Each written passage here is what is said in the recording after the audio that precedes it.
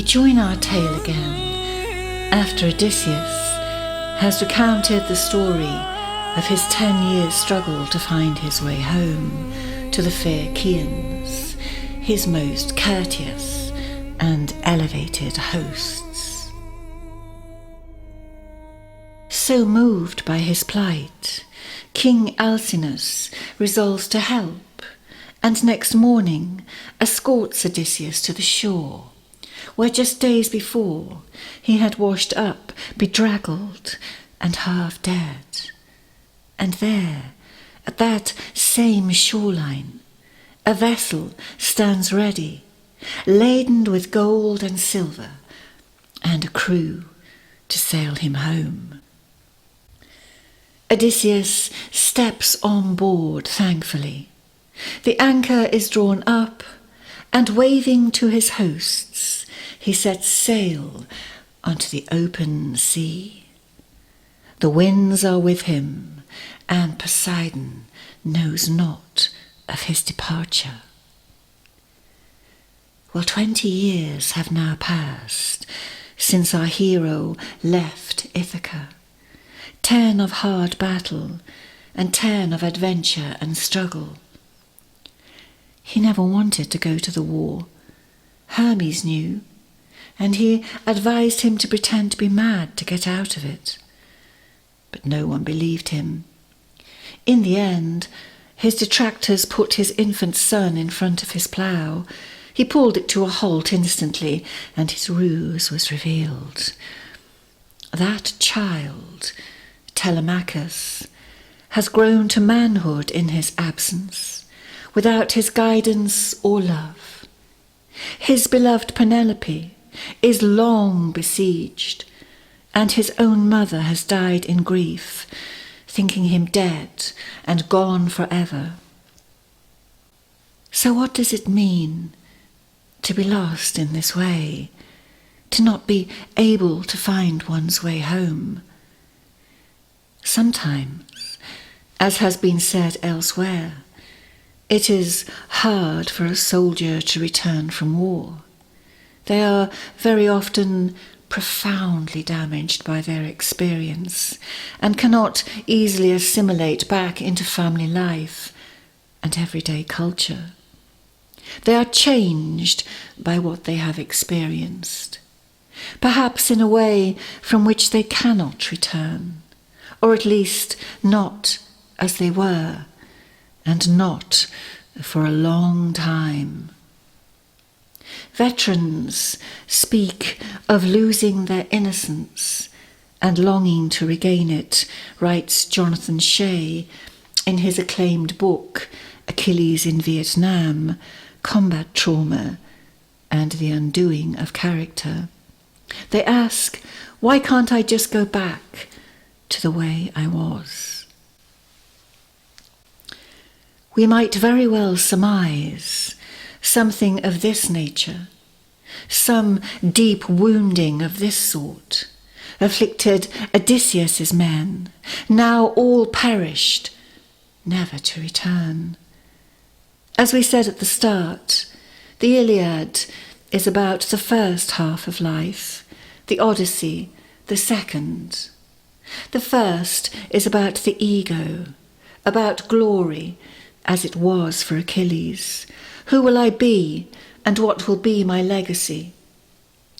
The values of the second half of life couldn't be more different, as our knowledge of the universal midlife crisis highlights in no uncertain terms. The processes of maturation, as we have seen, must be completed, however, for the psyche needs to be rounded up, so to speak, before the evening of life. Clearly, Odysseus's men have not stood the test. Only Odysseus has survived the ordeal, the trials, the tests, though oftentimes it seemed he was utterly lost. Along the way, he has wrestled with his pride, for which he has paid a heavy price.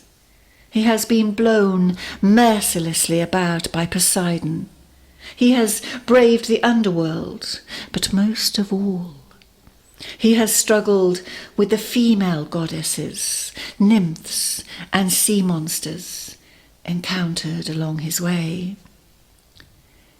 7 years beguiled on Calypso's island, despite his conscious intentions. Another dreamily lingering with the enchantress Circe, and only barely surviving his encounters with the sirens, the sea monster Scylla, and the whirlpool Charybdis, all archetypes of the anima, the feminine principle within, which must be faced, integrated, and brought into right relationship.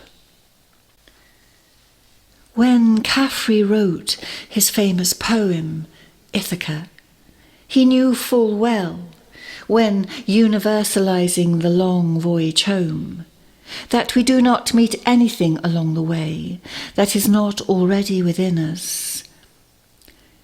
Lastrygonians, Cyclops, angry Poseidon. Don't be afraid of them, he writes. You won't encounter them unless you bring them along inside your soul, unless your soul sets them up in front of you. And this, dear friend, is the essence of Homer's epic, the voyage of the hero back home, home to himself, to the sacred centre within. This is the deeper truth, behind the veil of the boy's adventure story, and the reason too why it has taken so long.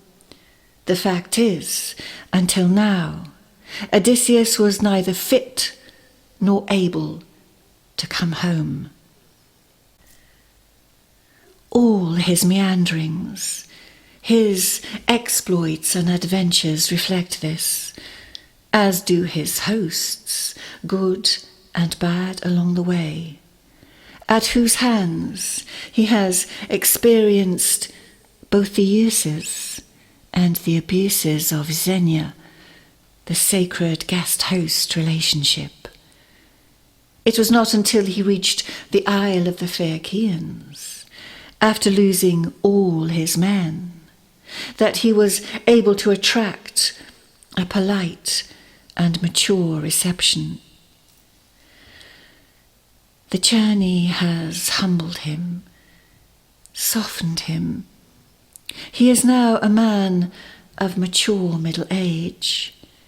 20 years, as we have said, has passed since he set sail for Troy.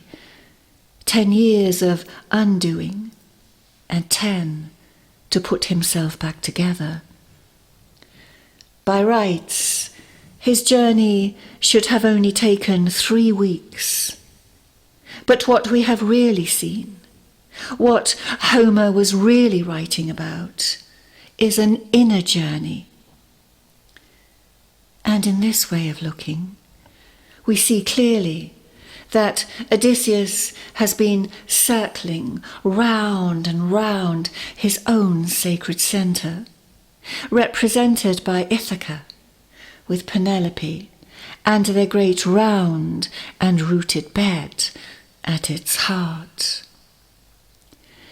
The benevolent goddess Athena has watched over him all along, like perhaps our own guardian angels do, helping, pointing the way here and there, but she has not brought him directly home. This he has had to do for himself. Yet now he is ready, he is remade, and able to put his house in order. Well, eventually, after many days of sailing, he awakens on the shores of his island, not realizing it is home, for a thick mist shrouds the familiar landscape. The Phaeacians have departed, leaving him their generous gifts. while the realization of his whereabouts gradually dawns, and he hastens inland. He cannot be seen at court, not yet. The situation is far too perilous. Penelope's weaving ruse has been discovered, and the suitors are plotting to murder Telemachus when he returns.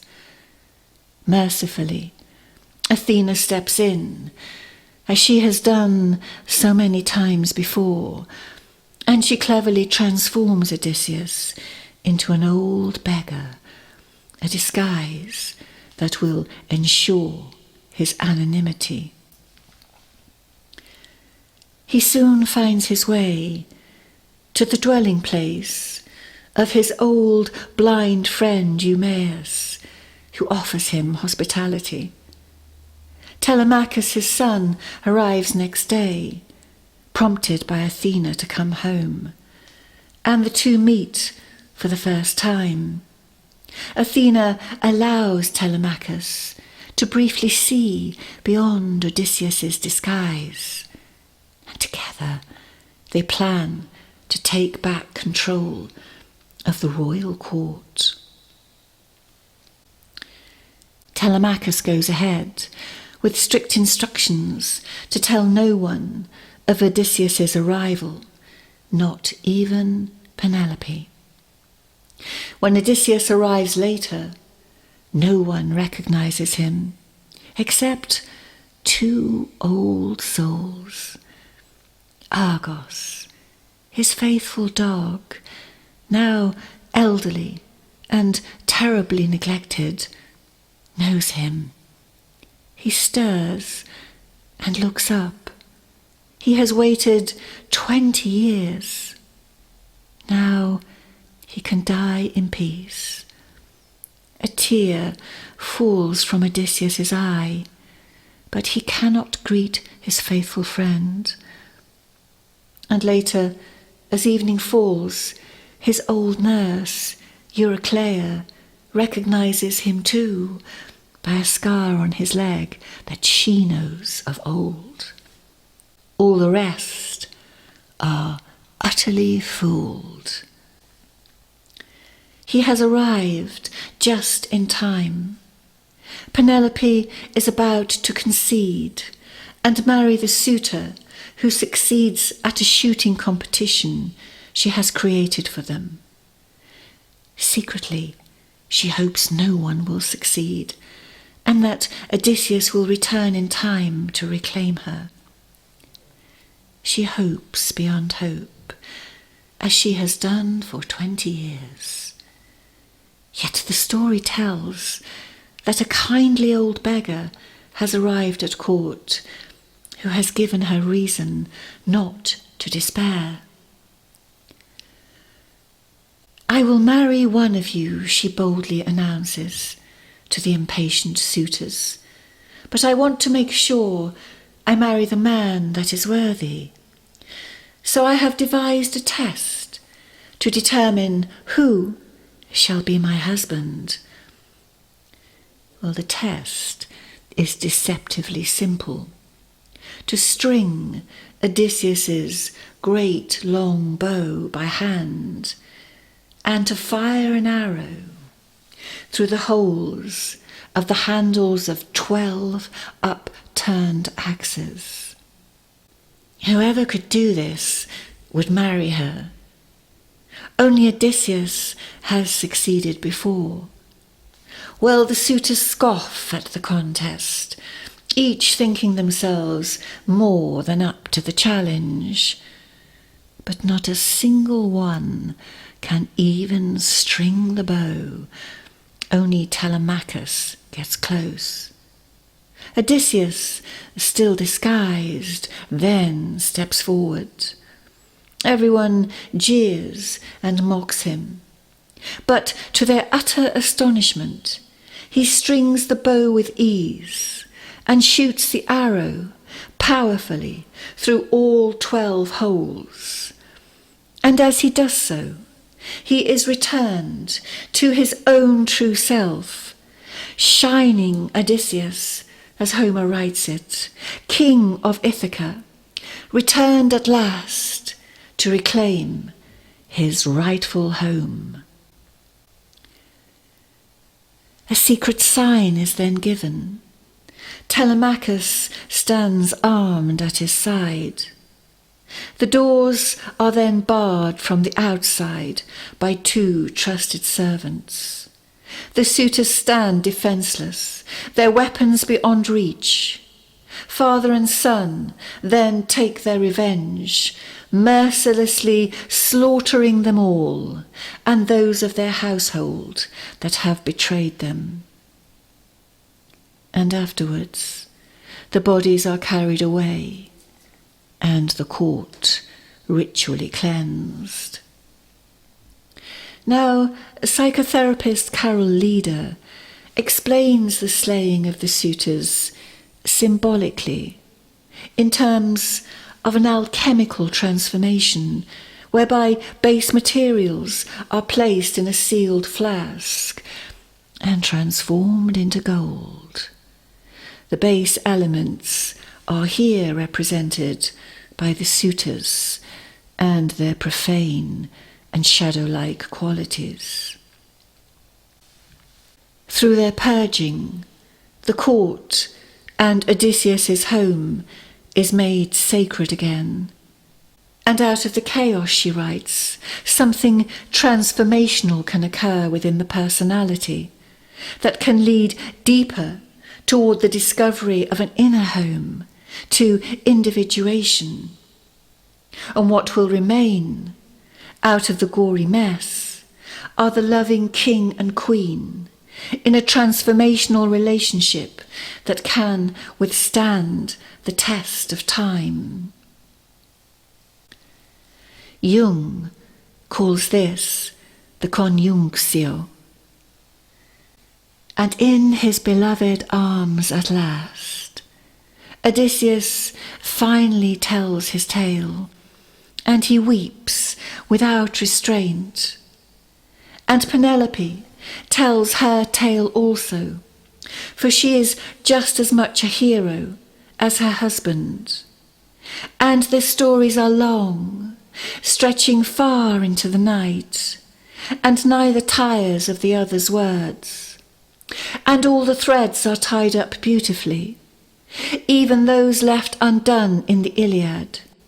News of the funeral rites of Agamemnon and brave Achilles are shared, uniting the 2 epics completely, so that the listener is left completely satisfied. And then at last they lay down on their great rooted bed at the very heart of their world, and their love-making is sweet. And grey-eyed Athena, watching over them, stretches out the night by prolonging the rosy-fingered dawn. But there is yet one part of the story yet to tell, a moment of divine grace with which to end, for Athena then speaks to the families of all those slain who later come to avenge their dead. She has been tasked by Zeus with protecting and safeguarding the future by putting an end to the cycle of violence that has dominated life to press.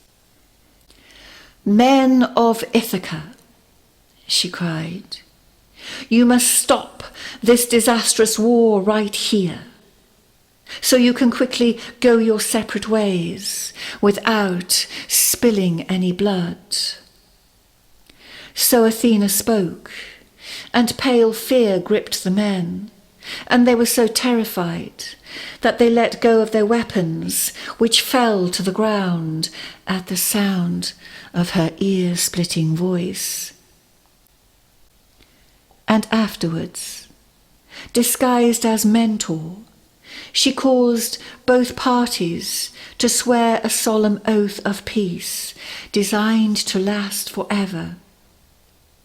And these are the final words of Homer's long poem, words of hope that resonate down through the centuries, words that bring an end to both the Iliad and the Odyssey, and words that establish the direction of Western civilization with its fragile promise of the rule of law down to this present day.